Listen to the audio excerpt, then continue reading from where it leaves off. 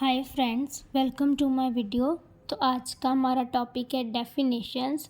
उससे पहले मैं आपको एक बात बताने वाली हूँ कि यो व्हाट इज़ सेंटेंस और पार्ट्स ऑफ स्पीच से रिलेटेड वीडियो मैं पहले बना चुकी हूँ। इसमें मैं आपको बची हुई डेफिनेशंस बताऊँगी। तो चलो शुरू करते हैं।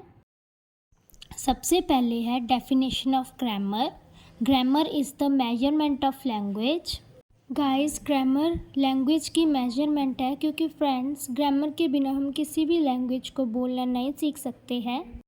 Grammar can only justify whether the language is correctly spoken और रिटन। फ्रेंड्स, ग्रामर को हम तभी समझ सकते हैं अगर कोई भी लैंग्वेज सही तरीके से पढ़ी और लिखी जाए। It is the only scale for a correct language. यही एक स्केल और मेजर है किसी भी सही लैंग्वेज को सीखने के लिए। Definition of tense. Tense tells us about the time and sense in a sentence. Tense हमें sentence में time और sense के बारे में बताता है। There are 3 types of tense. Tense 3 type के होते हैं: present tense, past tense, future tense.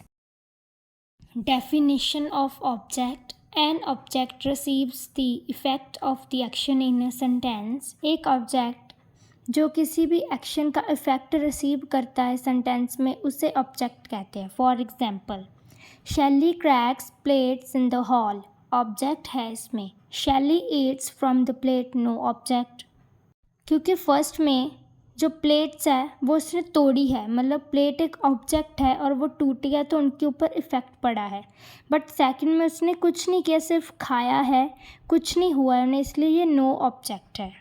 Friends, subject और प्रीडिकेट के बारे में मैंने दूसरी वीडियो में बता दिया है। Definition of modal auxiliary. Modal auxiliary tells us about the mood of the subject in a sentence. Modal auxiliary can not be used individually और as an independent verb.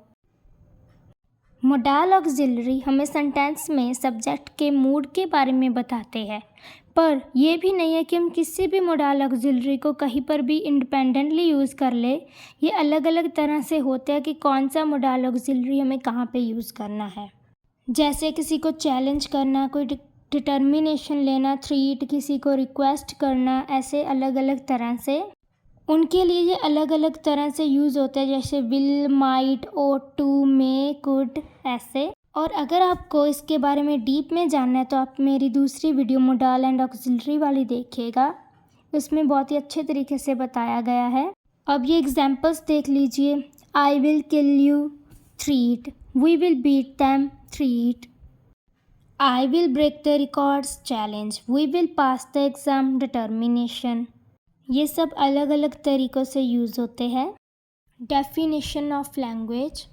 Talking, writing etcetera of common people is called language. जो भाषा एक आम आदमी पढ़ और लिख सकता है उसे लैंग्वेज कहते हैं। एक लैंग्वेज सिंपल और इजी होनी चाहिए जिससे एक आम आदमी आसानी से समझ सके। Definition of literature. Writing, speaking etcetera of learned people is a literature. जो भाषा एक पढ़ा लिखा आदमी लिखता और बोलता है उसे लिटरेचर कहते हैं। Definition of phrase. If you erase the subject, verb, object extra from a sentence, rest part will be a phrase.